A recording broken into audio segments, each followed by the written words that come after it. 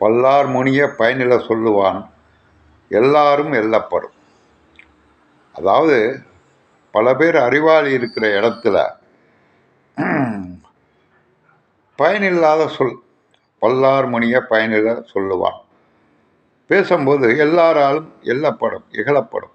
அதாவது ஒரு மேடையில் ஏறி சம்மந்தம் இல்லாமல் பேசிக்கிட்டு இருந்தான், தான் அறிவாளி மாதிரி. கீழே உட்காந்துருக்கவன்லாம் அறிவாளி. ஆனால் ஒருத்தன் ஒன்றும் பேசலை. ஒருத்தன் என்னடா அப்படி பேசிக்கிட்டு இருக்கான், சும்மா இருக்கீங்களே. அதுக்கு அவர் சொன்ன இவன் மேடையில் பேசிக்கிட்டு இருக்கான், அவங்க அப்பா இங்கே தான் இருக்கான் கீழே.